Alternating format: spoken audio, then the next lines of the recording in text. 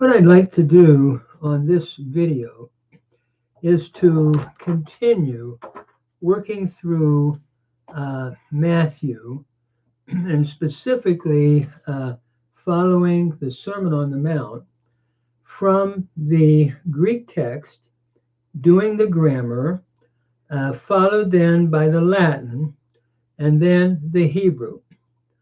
It is my thought and conviction, and I agree with Delitzsch at this point, who did actually a grammar, not a grammar, but a sort of a, we would say a translation, a wonderful translation back in the 1800s of the Greek text into Hebrew. And so I would like to use that along with possibly another Hebrew rendition and do the Greek first with the grammar, verse by verse. Then look at the Latin, the Vulgate, but then the Hebrew text. I'm of the thinking, and I agree with Delitzsch, that Jesus, I believe, would have taught in Hebrew. Hebrew was the language that the rabbis used. It was the sacred tongue. And we see it, for example, I think, throughout much of the New Testament in its background.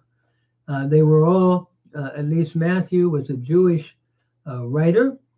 There is the thought in the early church that he composed his gospel in Hebrew and then later in Greek. I don't know whether that's the case or not, but certainly he would have been very familiar with the Hebrew, and that would have been part of his thought process. And I think the same with our Lord Jesus Christ.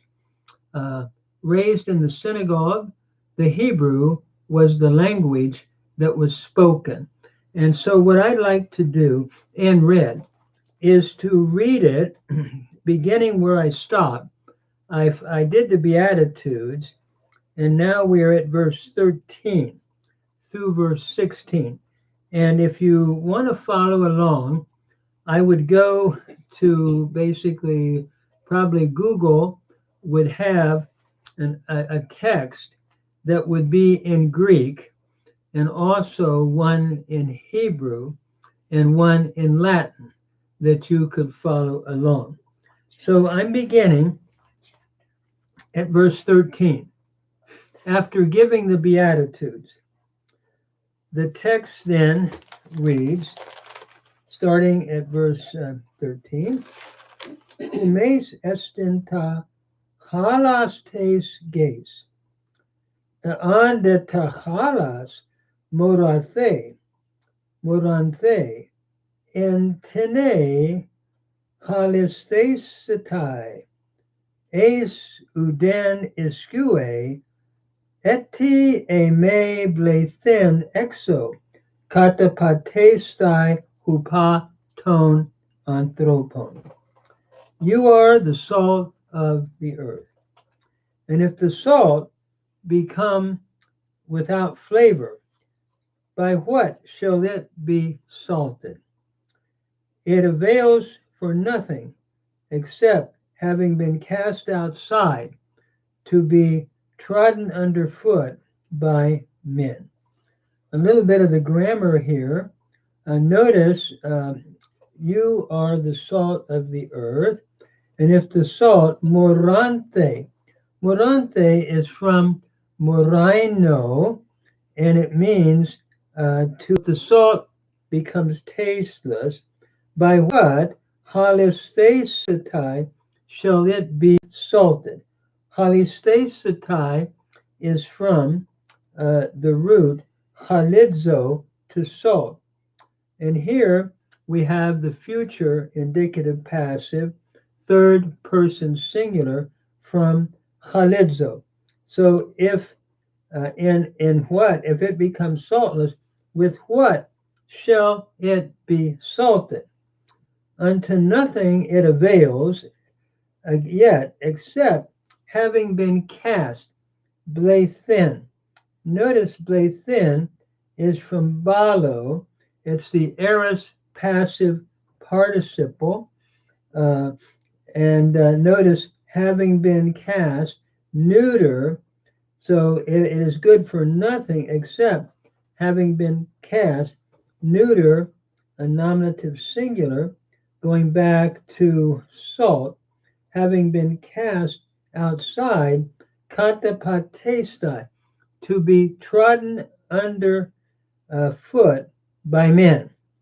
Notice here, katapatestai is from katapateo, to trample. Here we have a present middle infinitive, to be trodden underfoot by men. So, in other words, what good is salt if it loses its savor? And I think Jesus is saying to his disciples and to those who want to be his disciples, what good is it if what you do becomes tasteless? It's interesting. I love curry. And many of my friends who cook curry tell me, Gary, you need to put salt in your curry. You can't go without salt. I'm on a low salt diet, so I'm very trying to watch my salt. But it is true. You need a little salt to pick up the flavor.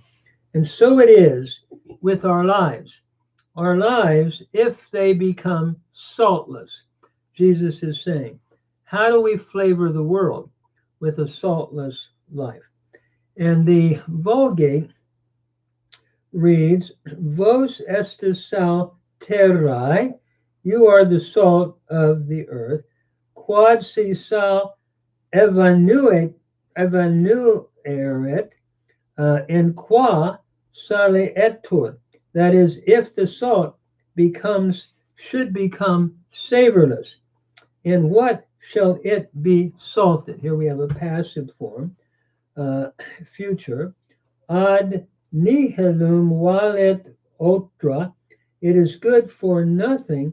Nisi ut mitatur foras, except in order that it should be cast outside, and calcucetur ab hominibus, that is, and should be trodden underfoot by men. And then looking at the Hebrew of that particular text, notice the Hebrew reads, Atem melech haaretz, ve'im hamelech haya tafel, b'meh yomlach chen, lo yitzlach od lachol ki im lehashlik hutsa v'haya mirma livnei adam. That is, you are the salt of the earth. And if the salt has been saltless or has become saltless, here in this Delitzsch translation, haya is the cow perfect third masculine singular from haya. If it becomes saltless, by what? Yom lach, by what shall it be salted? From malach, to salt. Here we have a hofal, according to this rendition, imperfect third masculine singular. Hein lo yitzlach. It is sufficient yet, or profitable yet, for really, I think, nothing except the whole ki'im lehashlik, to be cast hutsa, to be cast outside. Notice lechatzlik is from salak, to cast out. And here we have an infinitive, a hifil infinitive construct from shalach, to be cast outside, and it shall be haya mirma, trodden, we could say underfoot, livnei ha'adam, to the sons of men. And it's interesting, the other translation, the Hebrew translation, which, by the way, has a bigger print. The one that I'm using, the Delitzsch, has a rather small print. And so going back to the Hebrew again, Atem melech ha'aretz. You are the salt of the earth. Achim hamelech neyeh tafel. That is, if the salt should be saltless. Here in the translation, a nifal stem is used, third masculine singular from haya. Bimeh yumlah. By what shall it be salted? We have here a pual, imperfect, third masculine singular from malach. With what shall it be salted? Hein lo yitzlach od l'shum davar. That is, behold, it does not profit yet for any more, except to be placed, for the thing to be placed and to be cast, lehashlihu, lehashlihu. It is not good for anything, we could say, except to be cast. Lehashlihu is again a hifil infinitive construct with the pronominal suffix third masculine singular in the O here, except for it to be cast ha-chutza, outside, liyot nirma l'raglei ha-beriyot. That is, to be cast outside, to be, liyot is from haya, it's a cow infinitive construct, to be trampled underfoot, under the feet of mankind, under the feet of man. So actually, Delitzsch has B'nai Ha'adam, and I personally makes it a little easier for me to think that that would be more in keeping with first century Hebrew. I don't know, but it would seem like it from at least reading the Hebrew Bible and studying it. So then we move on to the next verse in the Greek, and that is verse 14. Humes estetafos tu cosmu. You are the light of the world. Udunatai palis krubenai hepanu arus kemene. And I'm reading it very slowly because I'm teaching beginning Greek and Hebrew to students, and I want them to be able to read it and to understand it. So you are the light of the world, and a city is not able to be hidden. Krubenai, upon a mountain, sitting upon a mountain or lying upon a mountain. Notice here, estet is your present indicative active, second person plural from eimi. You are the light of the world, and a city, and that's what believers are to be, Jesus is saying, disciples of Christ. A city is not able, krubenai, to be hidden upon a mountain that is lying upon a mountain. Notice krubenai is from the root krubo, and it is here an infinitive, an aorist passive infinitive from krubo, to be hidden upon a mountain, kemene, lying upon a mountain. And here we have a participle from kemai, to lie, and we have in this participial form a present participle, nominative feminine singular from kemai. So a city is not able to be hidden lying upon a mountain. You can see it up on the mountain as you're looking at it. And that's the way our lives are to be, Jesus is saying, as disciples of him.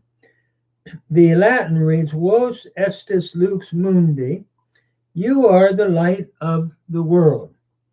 Non potes civitas abscondi supra montem posita.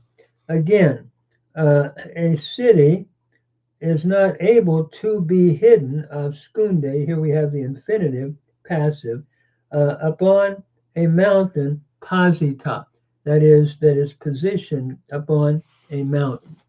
Then looking at the Hebrew readings of that verse, notice as we read the Hebrew text, I'm reading Delitzsch here, Atem oro, you are the light, shel olam, of the world, ir yoshevet al hahar lo tisater, that is, a city sitting from yashab. Notice here we have a cow participle, a feminine singular, from yashab, to dwell. A city, yoshevet al hahar, dwelling upon the mountain, lo tisater. It is not able, it will not be hidden. Here we have satar, to hide. We have a nifal form here. It is not able, speaking of the city, third feminine singular from satar. Notice the nifal is given away by an I-A vowel pattern and the doubling of the samic here. It would have been tin sa ter, becoming tissater, with what we call assimilation. This pay noon nifal, or I shouldn't say pay noon, but the nifal stem would have assimilated the noon into the samic here, causing the doggish forte in the samic. And the other Hebrew translation that I have reads this way. Let me go back here. Behold, verse 14. Atem or ha'olam. You are the light of the world. Ir shochenet al har eina yechola lehisater. That is, you are the light of the world, a city dwelling, and they're taking the root here from shakan, to dwell. Delitzsch took yashab, to sit. So a city dwelling upon a mountain, Eina is not able, Yechola is not able, lehisater.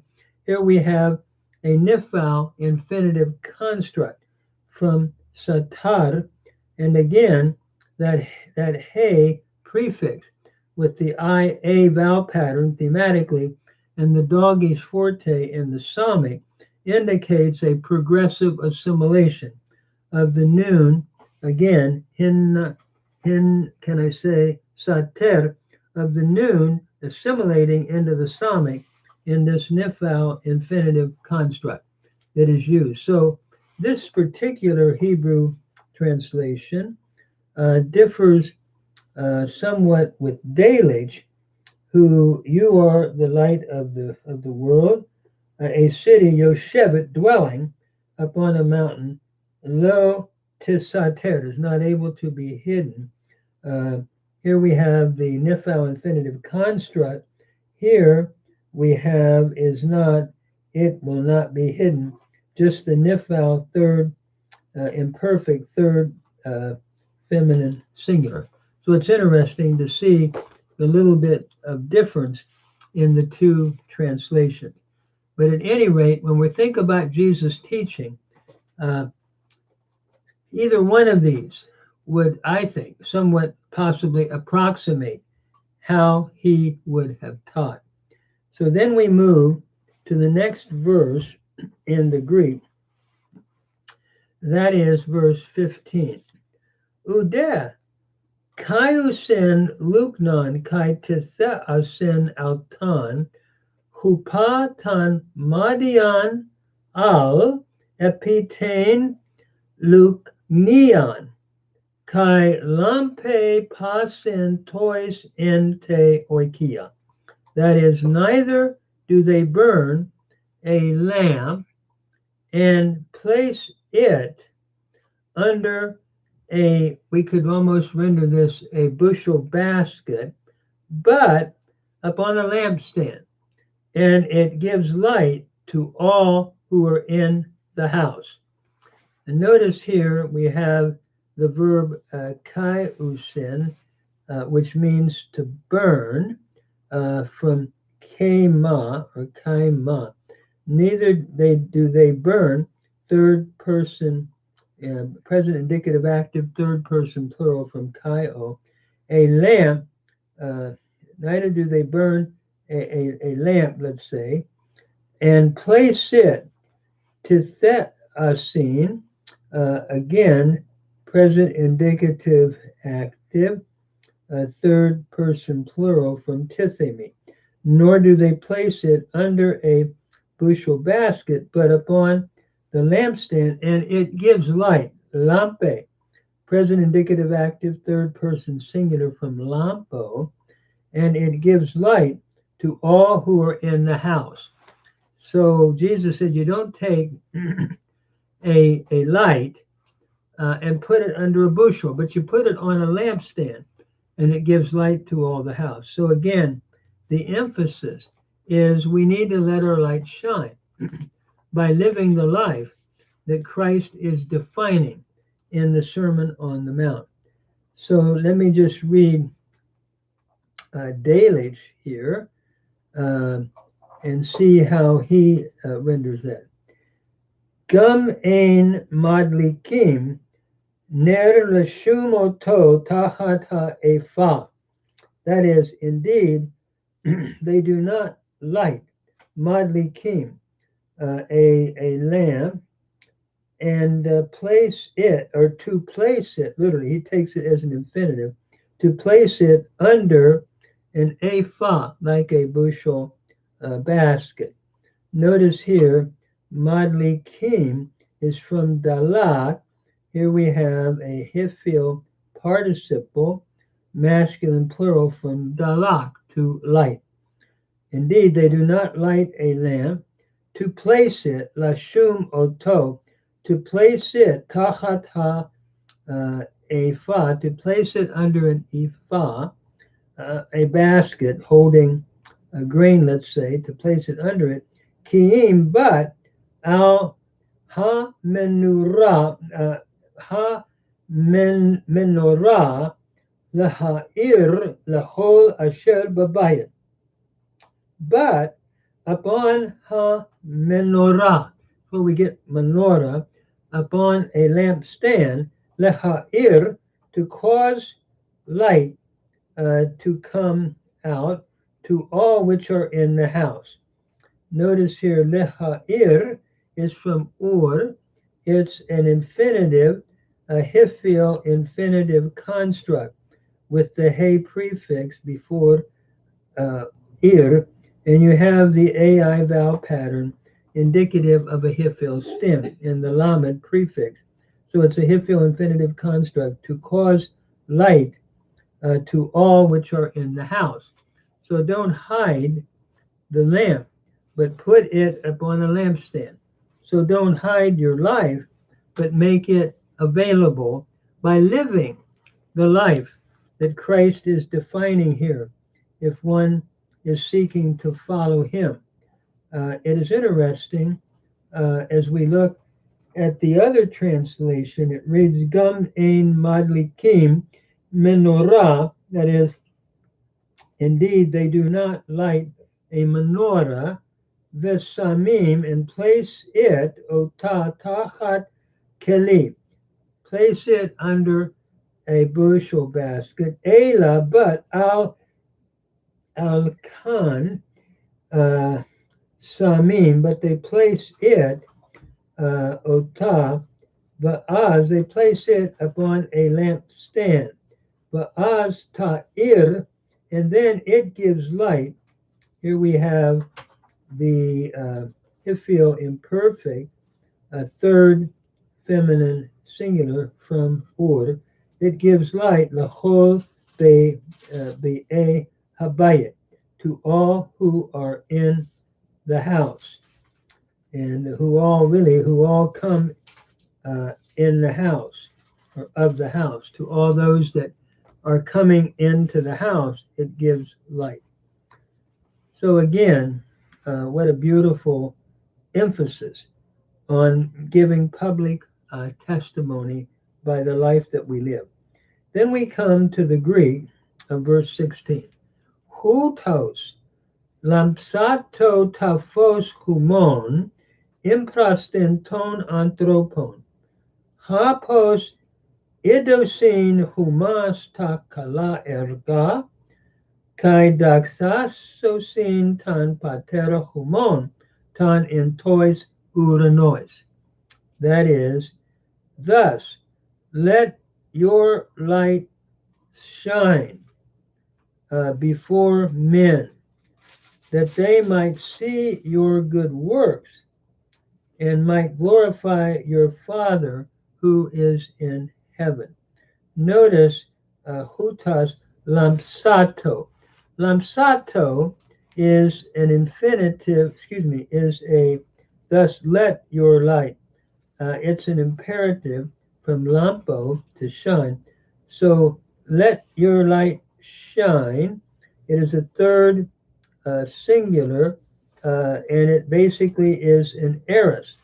So from lampo, the aorist imperative, third masculine singular from lampo. So thus let your light shine, imprastenton anthropon, before men, hapos, in order that they might see. Idosin is from harao, to see. It's the aorist subjunctive, third person plural from harao, that they might see your good works and might glorify doxasosin. Notice doxasosin is from doxazo, the aorist again, subjunctive, that they might glorify, third person plural from doxazo, so that they might see your good works and glorify your Father who is in heaven. And again, I'm reading the Latin following that, which reads, Sic luciat lux vestra coram hominibus, that is, let your light shine before men. We have the subjunctive there, that they might see, ut videant, a subjunctive, vestra bona opera, your good works, and might glorify, glorificant, they might glorify, another subjunctive, patrem vestrum qui in caelis est, glorify your Father who is in heaven. The Vulgate follows very closely to the Greek. And then reading, I want to read then the Hebrew, and we'll be reading Delitzsch at this point. So notice how Delitzsch renders this, and we're at verse 16. Kenya ir orhem lifnei b'nei ha-adam, lema'an yiru ma'asehem ha-tovim, v'shabahu et avihem sheba shemayim. That is, thus let your light shine. Notice Ya'er is from Ur. Delitzsch understood, as he translated this, a Hiphil imperfect, third masculine singular from Ur, a causative idea. So let your light shine before the sons of men, B'nai Ha-Adam, Lema'an Yeru, in order that they might see Ma'asechem HaTovim, your good works, and should glorify the Shibahu, and glorify. Here we have the roots Shabach, to glorify, and they will glorify, and I'm understanding this as a PL, third common plural from Shabach, that they might glorify Avihem, your Father, Sheba Shemayim, which is in the heavens. And again, the later translation of the Hebrew reads, if I could read that right here, it says, Kach Ya'er na orachem lifnei b'nei ha'adam. Thus, let your light shine. Here we have a Hiphil imperfect, third masculine singular from or, a Hiphil imperfect. Let your light shine before the sons of men, b'nei ha'adam. Lema'an yeru et ma'asechem hatovim, that they may see your good works. V'habadu. It's interesting. This translation has from kavad, to glorify. V'habadu et avichem shabashamayim. Beautiful way of translating this. And should glorify your Father who is in heaven. Notice v'habadu is a PL imperfect, a third masculine plural from kavad, that they might glorify your Father who is in heaven. So what a beautiful text in Hebrew. Atem melech ha'adam, ach im ha'melech niyeh tafel b'meh yumlach. Hein lo yitzlach od lesum davar ki im lehashlicho hachutza liyot mirma leraglei habiyot haberiyot.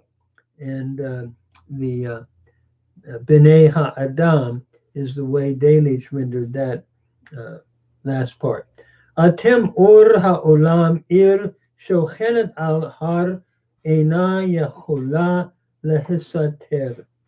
Gam hein madlichim menorah v'samim ota tachat keli. Ela al kain samim ota va'az ta'ir lachol ba'ei habayit. Kach ya'er na orchem lifnei b'nei adam. Lema'an yeru et ma'asechem hatovim v'yachabadu et avichem shebashamayim. So how beautiful the Hebrew, going back to the way Jesus, I think, would have spoken. And like I say, it's my own feeling that he would have spoken that in Hebrew, I believe. And looking at the Delitzsch rendering, Hatem melech ha'adam v'im ha'melech haya tafel b'meh yomlach hein lo yimlach od lechol ki im lehashlik chutza v'haya mirma lebnei adam. Atem oro shel olam ir yoshevet al hahar lo tisater.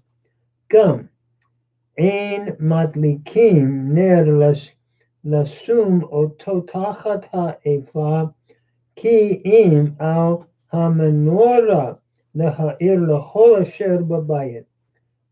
Kain Ya'er orachem lifnei b'nei ha'adam lema'an yeru ma'asechem hatovim v'shebachu et avichem shebashamayim. What beautiful Hebrew that Jesus, I think, would have originally spoken.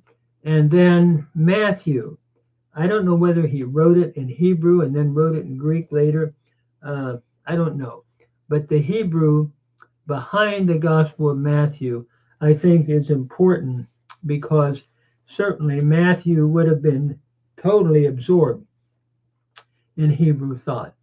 But thank you for listening to this. I hope what we're doing helps somebody out there looking at the different ways that this has been read and translated, and the grammar. Thank you.